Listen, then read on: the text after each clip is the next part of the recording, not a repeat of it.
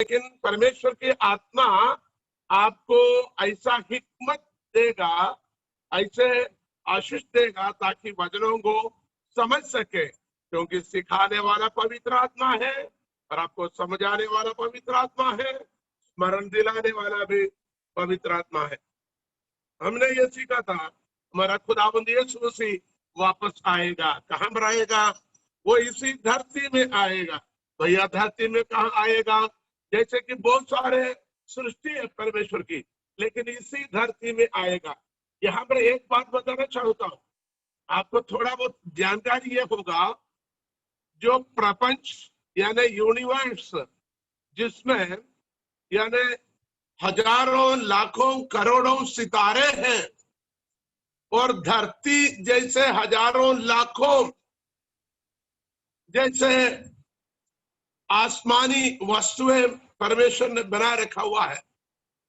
जैसे एक उदाहरण के लिए चांद में लोग गए, मंगल पर यहां से सैटेलाइट भेजा है, बुध पर भेजा है, बृहस्पति पर भेजने की कोशिश चल रही है, और भिन्न भिन्न ग्रहों में यानी प्लैनेट में जो आकाशीय वस्तुओं में मनुष्य अपनी बुद्धि अपनी टेक्निक के साथ कैमरा को ऐसा उपग्रहों को साथ इसको भेजता है।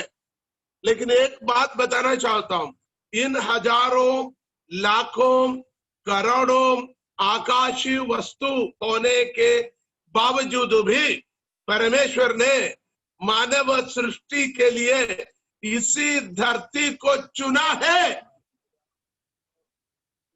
वो चाहिए तो चांद पर जा सकता था, वो चाहिए तो मंगल पर, बृहस्पति पर, अपने सोलर सिस्टम, इस सोलर सिस्टम को छोड़कर और किसी सोलर सिस्टम में और किसी गैलेक्सी में और किसी मिल्की वे में, क्षीरपथ में परमेश्वर चुन सकता था, लेकिन इसी धरती को परमेश्वर ने चुना है। और परमेश्वर स्वयं मानव रूप लेकर मानव जाति के लिए बलिदान होने के लिए इसी धरती को चुना है। इसी धरती से हमारे खुदावंद यीशु मसीह स्वर्ग की ओर स्वर्गारोहण हुआ है। अब आगे सुनो, खुदावंद यीशु मसीह वापस चांद पर, मंगल पर, बुध पर, बृहस्पति पर, यूरानस, नेपट्यून, प्लूटो, इस प्रकार आकाशीय वस्तु में आकर नहीं उतरेगा। वो वापस इसी धरती में उतरेगा, क्योंकि यह धरती परमेश्वर के नजर में बहुमूल्य है। और इसी धरती के मिट्टी से उसने मानव जाति मुझे और आपको बनाया। यदि सूरज से बना लिया तो क्या होता, चांद से बना लिया तो क्या होता, मंगल से, उस पर वर्णन करने के लिए मेरे पास शब्द नहीं। लेकिन हम सौभाग्यशाली लोग हैं, खुदा ने इसी धरती को चुना, इसी धरती को वो सुरक्षित रखा है। अभी तक की खोज में वैज्ञानिक लोगों ने चांद में पानी, हवा नहीं पाया, अभी तक हवा भी नहीं, पानी भी नहीं। चांद में जाने वाले अपने श्वास के लिए ऑक्सीजन सिलेंडर यहां से लेकर जाता है, वो खत्म होने से पहले उन्हें वापस आना। आपने देखा होगा चांद पर गए हुआ मनुष्य की तस्वीर को, वीडियो को देखा होगा, अपने पीठ पर बड़े बड़े सिलेंडर जैसे चीज को बांध कर रखा है। उसमें क्या है? उनको श्वास करने के ऑक्सीजन से है। मेरा कहने का मतलब, अभी मंगल में भी नहीं पाया, बृहस्पति में भी अभी तक नहीं पाया, न पानी है, न जीवन है, न वायु है। सब कुछ परमेश्वर ने इस धरती को दिया है। हालेलुया। और इस धरती से मनुष्य को बनाया, परमेश्वर का स्वरूप और समानता में परमेश्वर इस धरती को, इस धरती से, मिट्टी से बनाया। और मुझे और आपको परमेश्वर ने मंदिर बना के रखा। कितने सौभाग्यशाली हम। तो अब बात यही कर रहे थे, खुदावंद यीशु मसीह कहाँ आएगा? इसी धरती में ही आएगा। जिस धरती के लिए खुदावंद यीशु मसीह ने लहू बहाया, जिस धरती के लोगों के लिए खुदावंद यीशु मसीह ने अपने प्राण को त्यागा है,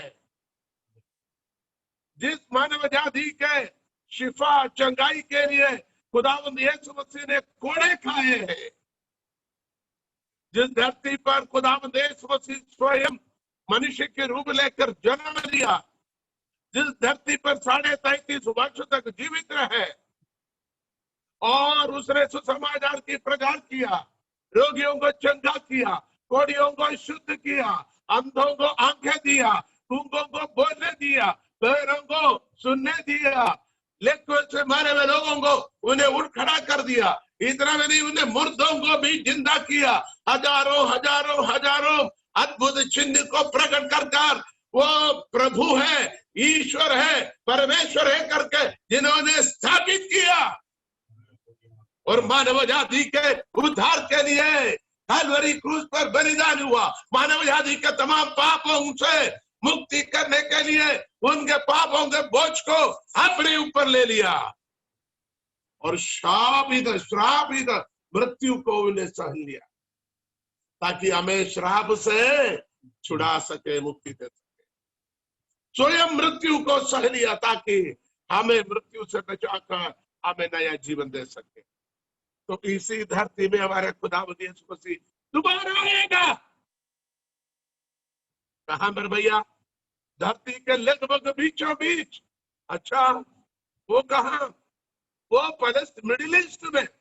मिडिल ईस्ट में कहा? ईरान इराक में नहीं, कुवैत दुबई में नहीं, बल्कि फलस्तीन के देश में। अच्छा, फलस्तीन के देश में कहा भैया? यरूशलेम।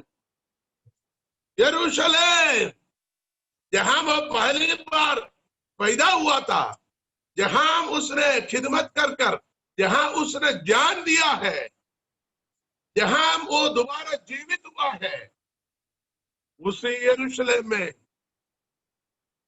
यरूशलेम के पूर्व में एक बड़ा पहाड़ है जिसका नाम जैतून के पहाड़, वहीं आएगा। देखिए, खुदावंद यीशु मसीह को अपनी मिनिस्ट्री का, अपनी प्लानिंग का, अपनी योजनाएं हैं। अपना जैसा नहीं, मेरा और आप जैसा नहीं। हाँ, चलो कहाँ चले? चलो कहीं पर भी चलते चलते कहीं जाने का सोचा, वहां से घूमकर और कहीं गया। ऐसे जाते कि नहीं? अरे प्रभु के दास लोग भी ऐसे होता, कहीं निकलता है और कहीं पहुंचता है। लेकिन खुदावंद यीशु मसीह कहीं निकला और कहीं पहुंचा नहीं, बल्कि खुदावंद यीशु मसीह को सब कुछ व्यक्तिगत, individual, there is the plans and purpose, योजनाएं है। उस योजना के अनुसार खुदावंद यीशु मसीह कार्य करता है। मेरे और आपके जीवन में पूर्व निर्धारित योजना थी, तभी तो मुझे और आपको चुना है। हालेलुया। लाखों हजारों से हम तो ऐसे टोकरी में आया नहीं। It was the plan of God. यह खुदावंद की योजना थी ताकि मुझे और आपको चुन सके और परमेश्वर के राज्य में हालेलुया प्रवेश दे सके। हालेलुया। हम परमेश्वर को धन्यवाद दें, वो इसी धरती पर आएगा। क्यों आएगा? हमने कल पढ़ा था यूदा की पत्री 14 में, आप भक्ति के लोगों को, भक्तिहीन लोगों को न्याय करने के लिए। पढ़िए हालेलुया। 14वीं आयत, तमाम भक्तिहीन लोगों को न्याय करने के लिए। इसलिए हम चिल्ला कर खुदावंद यीशु मसीह समय समय पर अपने खादमों को दुनिया में भेजकर इस कलाम की, इस हालेलुया मुबश्शर होकर कलाम को इसलिए बता दे ताकि भक्तिहीन लोग भक्ति वाले में बदल जाए। पढ़िए आयत पढ़िए। प्रभु अपने लाखों पवित्रों के साथ आया कि सबका न्याय करे और सबका न्याय करे। किसका? सबका न्याय करे। विश्वासी का भी करे, अविश्वासी का भी करे। 3 न्याय सिंहासन अभी खास बाकी है। एक मसीह का सिंहासन, दूसरा जलाली सिंहासन, तीसरा श्वेत या सफेद सिंहासन, बड़ा और श्वेत सिंहासन। 3 न्याय सिंहासन को होना। 3 न्याय सिंहासन को होना अभी बाकी है। ध्यान से सुने, 3 न्याय सिंहासन को होना बाकी है। पहला कौन सी होगा? मसीह का सिंहासन। वो मसीह लोगों के लिए, कलीसिया के लिए होगा। इसी पर हम फिर कभी डिटेल आपको सिखाएंगे। दूसरा, यरूशलेम की चारों ओर यरूशलेम पर चढ़ाई करने वाले अनुकूल और प्रतिकूल में कार्य करने वाले लोगों को इकट्ठा कर एक सिंहासन पर बैठकर उन पर न्याय करेगा। उसको कहता है जलाल का सिंहासन। मत्ती 25 में आपने पढ़ा है। तीसरा है प्रकाशित वाक्य में 20 अध्याय में पढ़ता है बड़ा और श्वेत सिंहासन। तो 3 न्याय सिंहासन होना जरूरी है, जिसके विषय में डिटेली फिर कभी आपको सिखा दूंगा। आज हमें यह ध्यान रखना है, खुदावंद यीशु मसीह दोबारा आएगा, वो न्याय सिंहासन पर बैठ के न्याय करेगा। इसके लिए भक्तिहीन मनुष्यों के लिए उस आज को फिर से पढ़िए। देखो प्रभु अपने लाखों पवित्रों के साथ आया कि सबका न्याय करे, सबका न्याय करेगा और सब भक्तिहीनों को। भक्तिहीन कौन है? जिस पर भक्ति नहीं है। मसीह लोगों में भी अधिकतर लोग सिर्फ दिखावटी है, दिखावा है, भक्ति नहीं है अधिकतर लोग। वैसे दिखावा करने वाले लोगों को छोड़ेगा नहीं। सभी भक्तिहीन लोगों को उनके अभक्ति के सब कामों के विषय में जो उन्होंने भक्तिहीन होकर किए हैं, उन सब कठोर बातों के विषय में जो भक्तिहीन पापियों ने उसके विरोध में कही है, दोषी ठहराएगा। प्रभु यीशु मसीह उन लोगों को दोषी ठहराएगा, भक्तिहीन लोगों के लिए। और परमेश्वर के खिलाफ जो बोलने वाले, भक्ति करने वालों के खिलाफ बोलने वाले, उन तमाम भक्तिहीन पापियों ने उसके विरोध में कही है, दोषी ठहराने के लिए खुदावंद यीशु मसीह आने वाला है। अब उसकी अगली बात हमने पहले सीखा था, वो जब कदम रखेगा एक बहुत बड़ी परिवर्तन होगा। हमने शुरू में कहा यीशु मसीह का कदम रखने से समूल परिवर्तन, ऊपर से नीचे तक, अंदर भी बाहर भी, बातचीत में, चाल चलन में, लेन देन में, व्यवहार में परिवर्तन होना जरूरी है। जकरिया 14 की 14 पढ़िए, 14 अध्याय 14वीं आयत। हालेलुया। जकरिया भी यरूशलेम में लड़ेगा और सोना, चांदी, वस्त्र आदि चारों ओर की सब जातियों की धन उसमें बटोरी जाएगी। और घोड़े, खच्चर, ऊंट और गधे वरन जितने पशु उनके छावनियों में होंगे वे भी ऐसी ही बीमारी से मारे जाएंगे। अब जितने लोग बस और उसके 4 आयत भी पढ़िएगा। 4 आयत। उस दिन वह जैतून के पर्वत पर पहाड़ रखेगा जो पूर्व की ओर यरूशलेम के सामने है।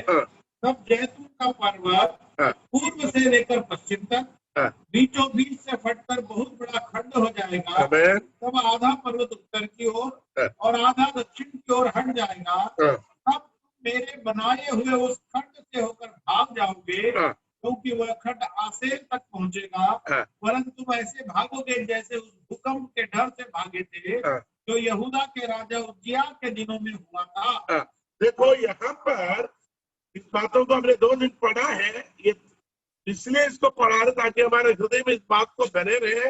एक बहुत बड़े दरार होकर, दरार में से बड़ी हाईवे सड़क होकर, एक परिवर्तन होकर उस सड़क में से राजा आदि राजा प्रवेश करेगा। हमारे यीशु को प्रवेश करने का रास्ता हमें बनना है। हमारे जीवन के द्वारा हमें यीशु को प्रवेश होने देना है।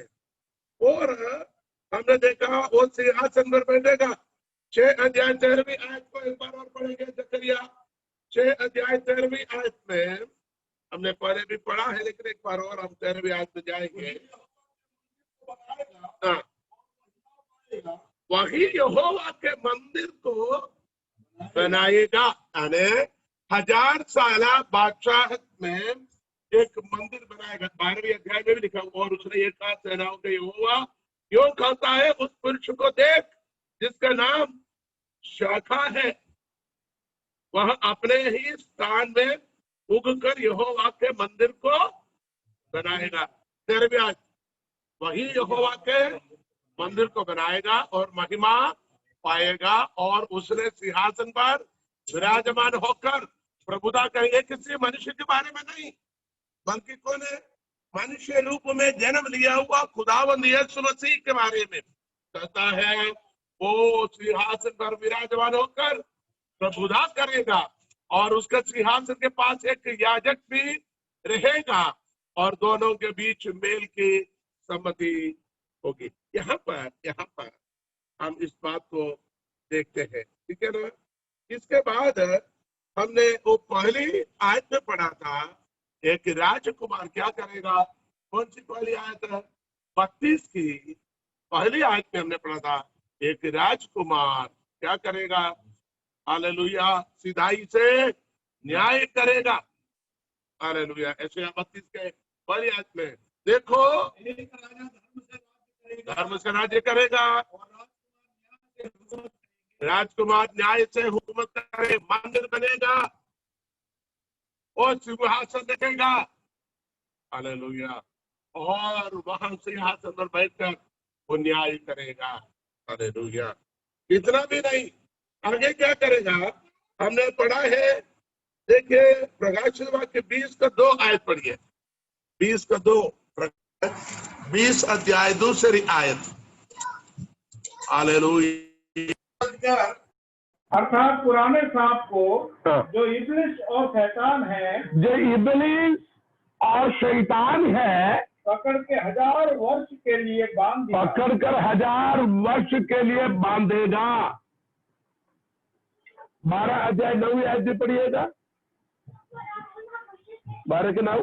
तब वो बड़ा अजगर अर्थात वही पुराना सांप, तब वो बड़ा अजगर अर्थात पुराने सांप, इब्लिस और शैतान कहलाता है। इब्लिस और शैतान का, ध्यान से सुनिएगा, अजगर जो पुराने सांप, जो इब्लिस और शैतान कहलाता है। कहां पर लिखे है? प्रकाशित वाक्य मुकाशवा 12 अध्याय उसके 9 आयत। उसे क्या करेगा? वो और धरती की ओर संसार का भरमाने वाला है, पृथ्वी पर गिरा दिया गया। पृथ्वी पर गिरा दिया गया। यह 1000 साल बादशाहत शुरू होने से पहले 7 साल महाविपत्ति के समय होता। ये महाविपत्ति के समय पर क्या करेगा? ये अजगर, महासर्प, शैतान और इब्लिस कहा जाता है, उसको धरती में गिराया जाएगा। आपके मन में एक शक होगा, अभी धरती में शैतान नहीं है, शैतान की चेले अभी धरती में कार्य कर रहे। बड़े शैतान अभी धरती में आया नहीं, वो आकाश मंडल पर कार्य कर रहा है। इसलिए हम पढ़ता है कि पार्थिव राज्य के प्रभु ने क्या किया? उसने आकाश मंडल में मिखाएल फरिश्ते को नहीं, जिब्राइल फरिश्ते को रोक रखा।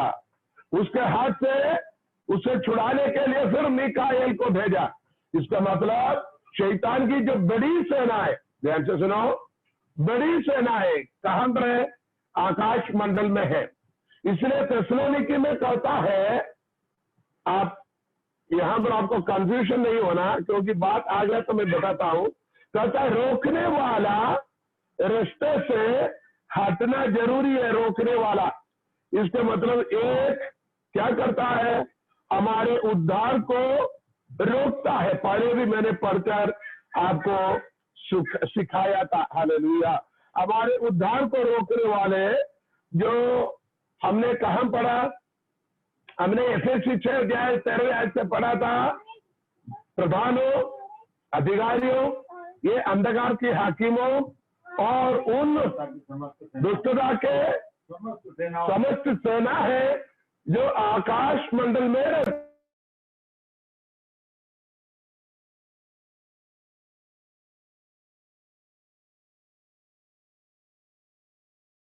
चलते हैं। तो मेरे क्या, धरती पर शैतान की चेले, बड़े शैतान अभी आकाश मंडल को रोक रखा है। एक और बात बताऊं, आप यदि समझ सके तो ध्यान से सुनना। आपको मालूम है 6 दिन की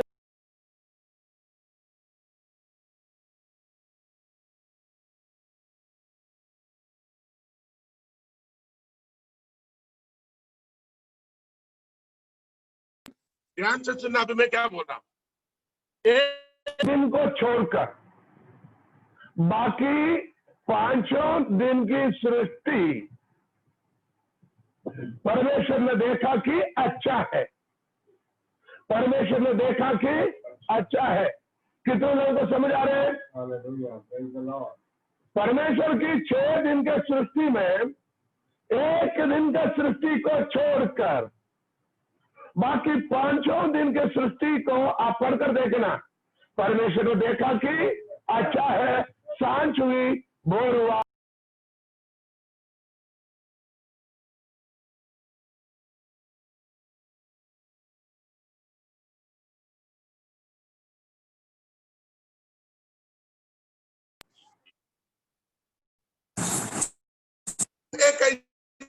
बात मिसिंग है।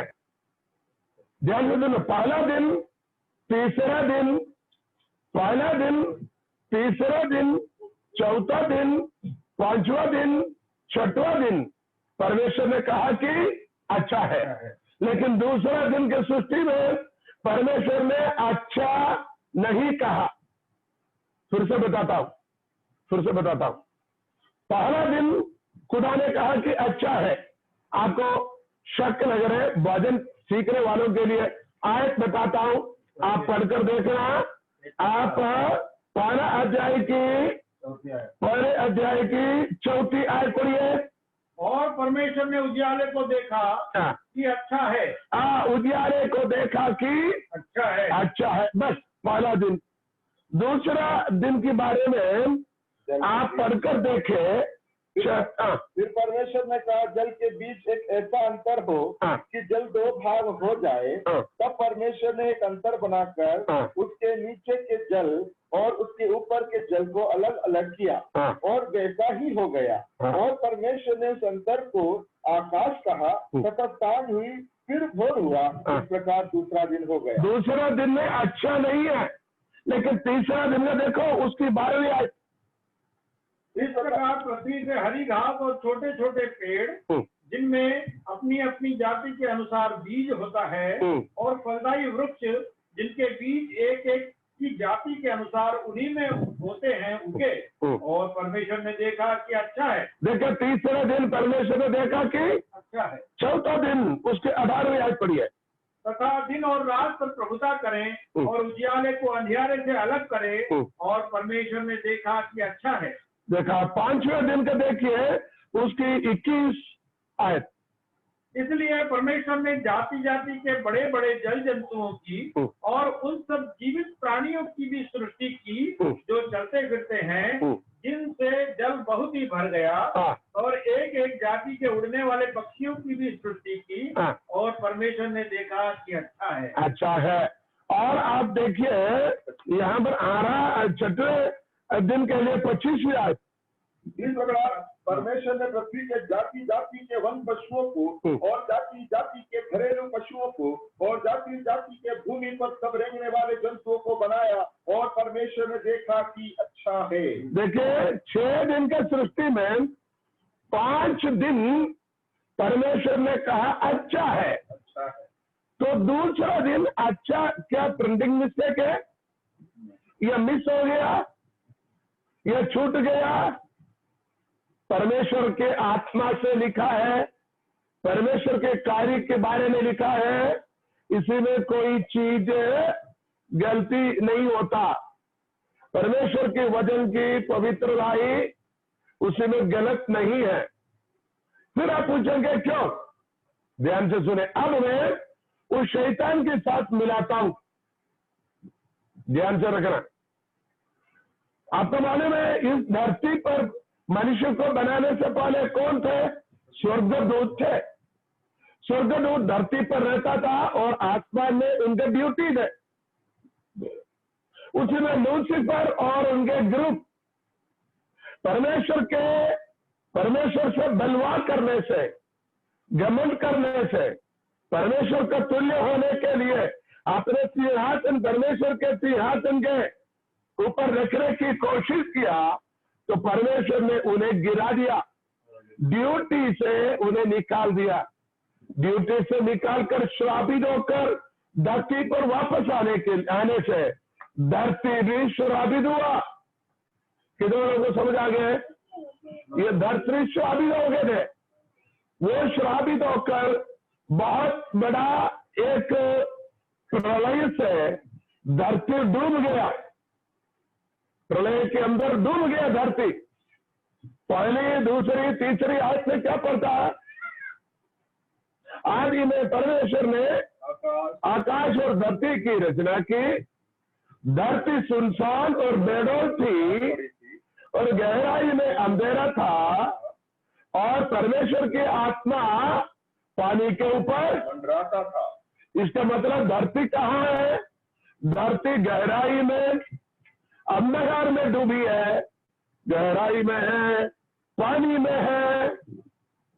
इसी प्रकार परमेश्वर ने ये धरती को नाश किया, मीन्स प्रलय में डुबा दिया।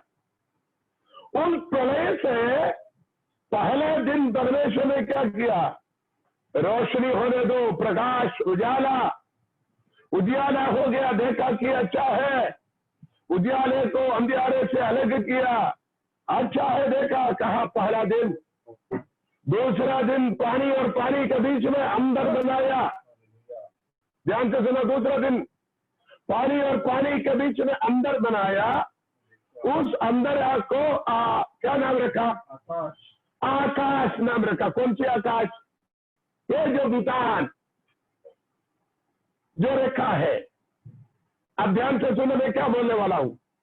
जहां परमेश्वर ने पानी और पानी को अलग कर धरती को दोबारा नया बनाने की योजना बनाई और विधान बनाया है, आकाश, हिंदी में आकाश को बनाया है, जिसको अंग्रेजी में फर्मानेंट कहता है। फर्मानेंट उर्दू में फिजा कहते हैं, फिजा।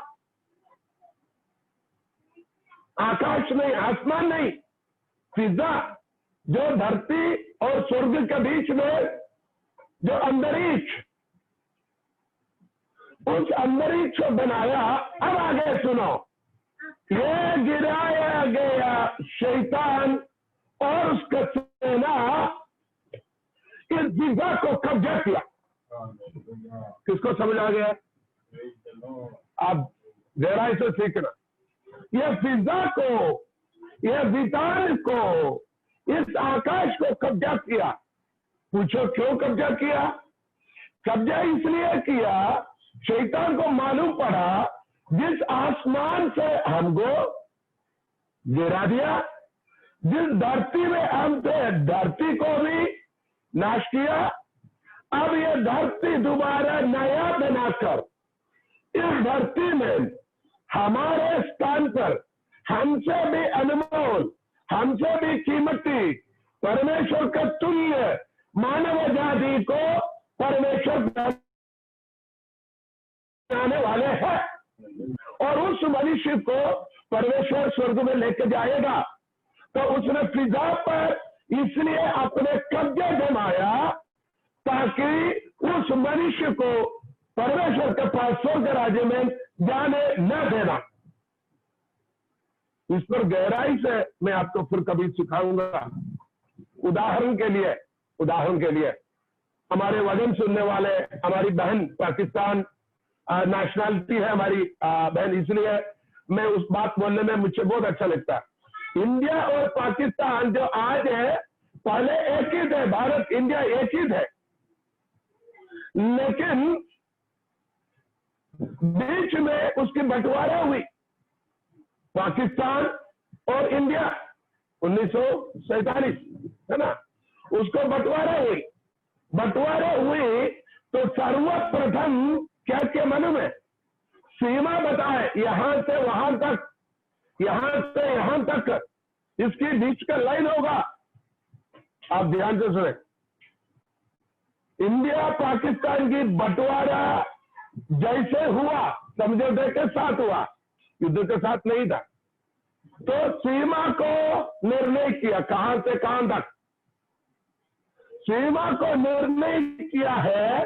तो सबसे पहले क्या क्या मालूम है, इंडिया की सेना, पाकिस्तान की सेना, दो सेना होकर अपनी सीमा को सुरक्षित किया।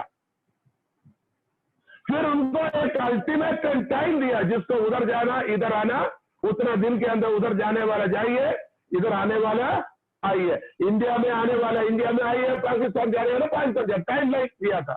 मैं गहराई में बताना नहीं चाहता।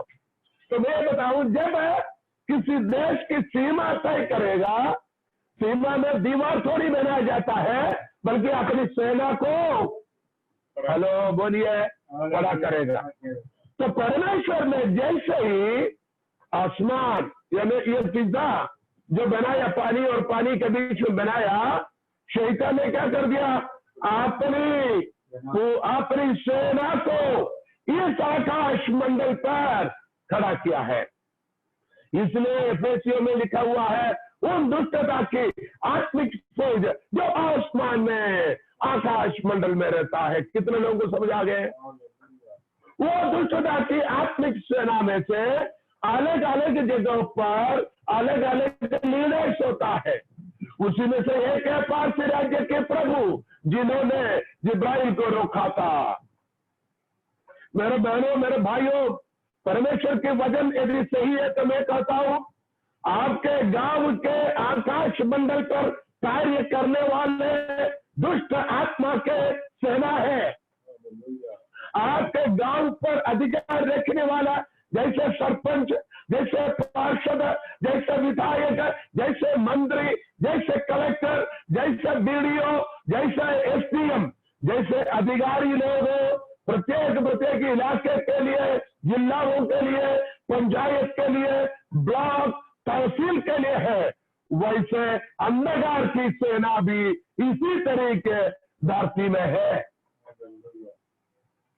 ध्यान रखना, आपके अनुग्रह को रोकने वाले अंधकार की ताकत आपके चारों ओर मंडराता है। शैतान नहीं है करके नहीं बोलना, जैसे दिन है वैसे रात भी है, जैसे परमेश्वर है वैसे शैतान भी है, जैसे परमेश्वर की स्वर्गदूत है वैसे शैतान के दूत भी है। हमने कहां से कहां तक गए, कितने को समझ आ गए? हालेलुया।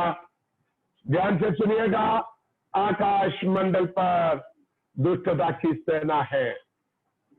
वो हमारी प्रार्थना को रोकता है, वो हमारी अनुग्रह को रोकता है, वो हमारे आशीर्वाद को रोकता है, वो हमारी बुराई को परमेश्वर के सामने करता है।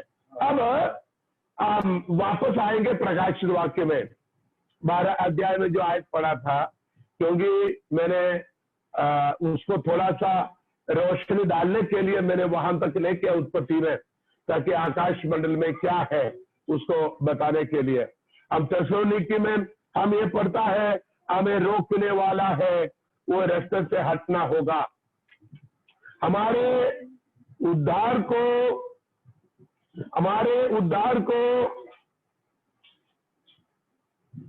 रोकने वाला, हमारे अनुग्रह को रोकने वाला शैतान है। शैतान अभी ताकत के साथ उतर कर आया नहीं। आप पूछ सकते क्यों नहीं? क्योंकि धरती पर परमेश्वर ने पवित्र आत्मा को रखा है। चलो, अभी पवित्र आत्मा धरती में है। पवित्र आत्मा धरती में होने के कारण दुष्ट आत्मा पूरी प्रबल होकर कार्य नहीं कर पा रहे। किसको समझ आ गया? पवित्र आत्मा धरती में होने के कारण दुष्ट आत्मा अपनी पूरी ताकत के साथ कार्य नहीं कर पा रहे। अब आगे सुनो, जिस वक्त पवित्र आत्मा धरती से उड़ा लिया जाएगा, हाँ उड़ा लिया जाएगा। पूछो क्यों? पवित्र आत्मा को प्रभु यीशु मसीह ने पिता से मांग कर भेजा है। किसके लिए? कलीसिया के लिए। कलीसिया को तैयार करने की ड्यूटी पवित्र आत्मा का है। एक ब्यूटिशियन का शादी के पहले दुल्हन को तैयार करने के लिए ब्यूटिशियन आता है। वो ब्यूटिशियन जिस तरीके से उस दुल्हन को तैयार करते हैं, वैसे पवित्र आत्मा इस जमाने पर कलीसिया को तैयार करता है। तैयार कर कर क्या करेगा? यही पवित्र आत्मा कलीसिया को लेकर जाएगा। तो धरती में कलीसिया भी नहीं, कलीसिया नहीं तो पवित्र आत्मा भी नहीं, क्योंकि पवित्र आत्मा के द्वारा कलीसिया स्थापना हुई और कलीसिया के लिए पवित्र आत्मा दिया गया। तो कलीसिया को लेकर पवित्र आत्मा वापस चले जाएगा। ध्यान से सुने। तो अभी शैतान जो अजगर, उस महासर्प जिसको इब्लीस कहने वाले शैतान, क्यों नहीं धरती में उतर आ रहे पूरे ताकत के साथ? क्योंकि उसको रोकने वाला पवित्र आत्मा यहां पर है। जिस दिन प्रभु यीशु मसीह उतर आएगा, वो नरसिंगा फूकेगा, कलीसिया यहां से रूपांतर होकर पवित्र आत्मा उन्हें लेकर जाएगा। इसलिए कहता है पवित्र आत्मा को शोकित मत करना। तुम्हारे उद्धार के दिन के लिए तुम पर पवित्र आत्मा के द्वारा छाप दी गई है। Hallelujah, praise the Lord. मैं विश्वास करता हूं आप लोग बराबर परमेश्वर के वचन को सुन रहे हैं और समझ रहे हैं। जब पवित्र आत्मा कलीसिया को लेकर जाएगा तो फिर इधर रोकने वाला नहीं है भैया, रोकने वाला नहीं। वो पूरी ताकत के साथ धरती पर आएगा। वही हमने पढ़ा था, कहां पढ़ा था? 12 अध्याय के अंदर। पढ़िए उस आज को फिर से पढ़िए। हालेलुया, 12 के 7। हाँ, फिर स्वर्ग में लड़ाई हुई, स्वर्ग में लड़ाई हुई। मिकाएल और उसके स्वर्गदूत, मिकाएल और उसके स्वर्गदूत अजगर से लड़ने को निकले, अजगर से लड़ने को निकले, और अजगर और उसके दूत, अजगर और उसके दूत उससे लड़े, मिकाएल से लड़े, परंतु प्रबल ना हुए, और स्वर्ग में उनके लिए फिर जगह न रही। स्वर्ग में उनके लिए फिर जगह न रही। ध्यान से सुनना, इसका मतलब ये दुष्ट की ताकत अभी भी स्वर्ग में घूमता फिरता है। अजगर स्वर्ग में क्या करता है? जबरदस्ती। उदाहरण बताता हूं। अय्यूब के पुस्तक में स्वर्गदूत परमेश्वर के सामने उपस्थित हुए, शैतान भी उपस्थित हुए। इसका मतलब शैतान कहां पर है? स्वर्ग में घूमता फिरता है। आपको मालूम है कोर्ट कचहरी के वहां आप कभी जाएगा, कुछ लोग अपनी वहां वकील होता है, मुंशी होता है, जज होता है, वहां जो केस है फरियादी होता है और मुजरिम होता है, सभी होता है। कुछ लोग फालतू चक्कर काटते हैं, कोई काम नहीं। वो इसलिए चक्कर काटता है कोई मौका मिले ताकि किसी के खिलाफ झूठी गवाही दे, ताकि मुझे 50 रुपये, 100 रुपये, 500 रुपया झूठी गवाही के लिए। इसी प्रकार शैतान भी स्वर्गीय अदालत के इर्द गिर्द में जबरन घूमता है। क्यों? अपने भक्त लोगों के खिलाफ क्या करे? गवाही दे सके। हम इससे पहले एक आयत को और हम पढ़ सकते हैं। हालेलुया, वो ये है, अब 7वें आयत पढ़ा ना, 8वें आयत पढ़े। परंतु प्रबल ना हुए, और स्वर्ग में उनके लिए फिर जगह न रही। आगे, तब वह बड़ा अजगर अर्थात वही पुराना सांप जो इब्लीस और शैतान कहलाता है और सारे संसार का भरमाने वाला है, पृथ्वी पर गिरा दिया गया। उसका काम क्या है? सारे संसार को भरमाना, गुमराह करना।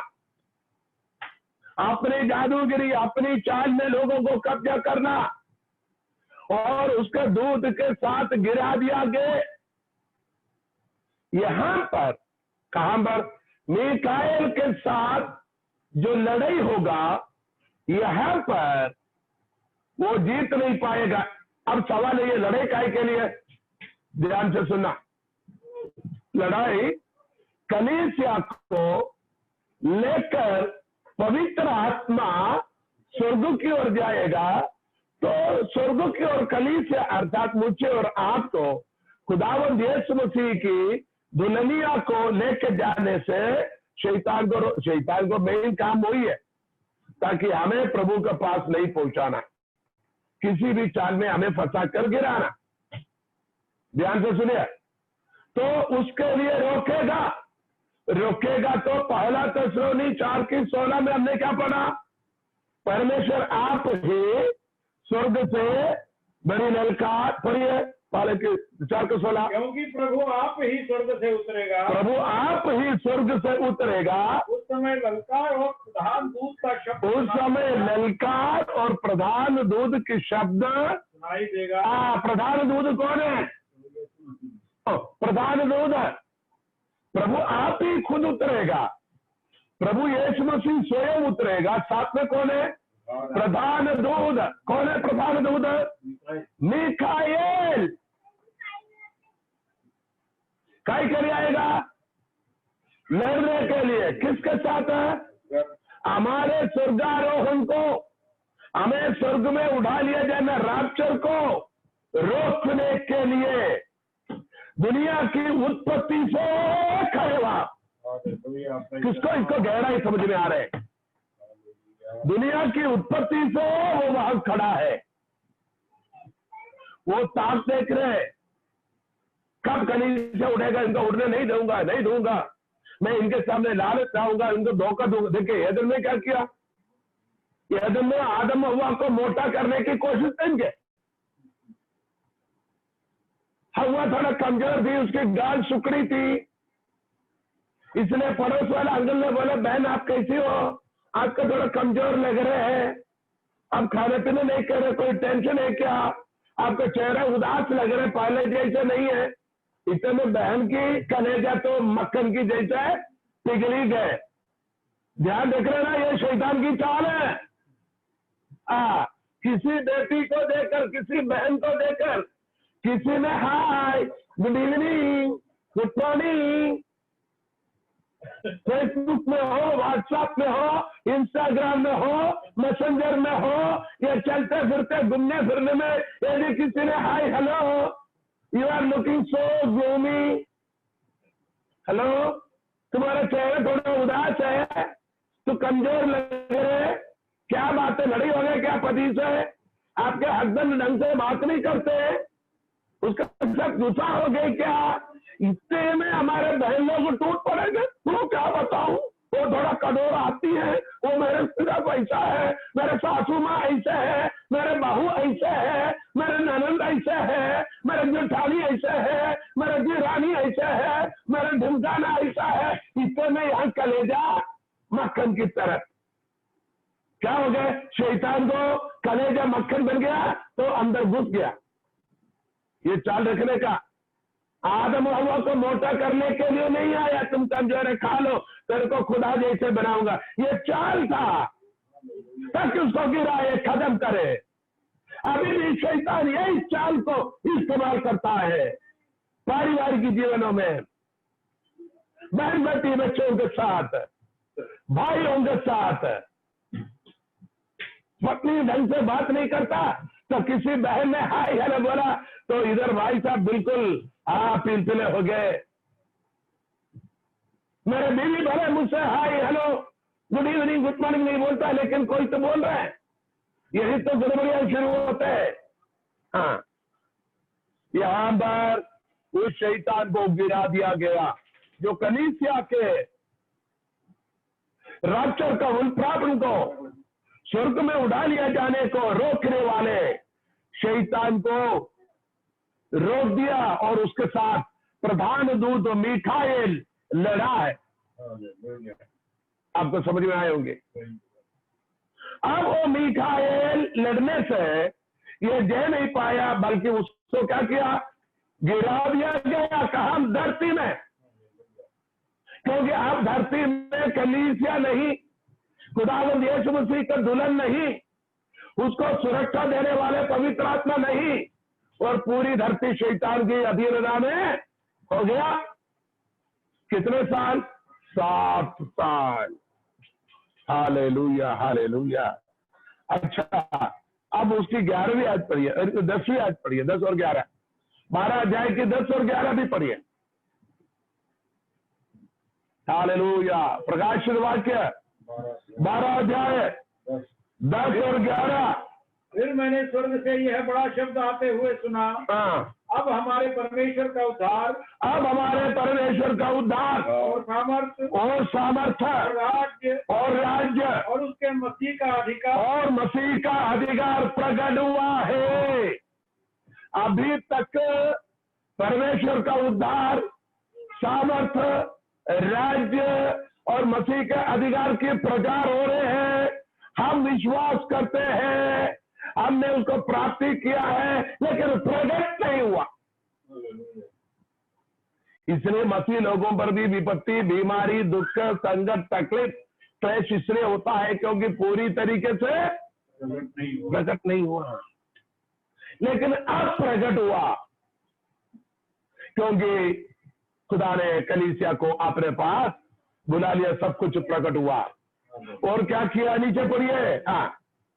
और अधिकार प्रकट हुआ, क्योंकि हमारे भाइयों पर दोष हमारे भाइयों पर दोष लगाने वाला जो रात दिन हमारे परमेश्वर के सामने, रात दिन हमारे परमेश्वर के सामने हमारे भाइयों पर दोष लगाया करता था।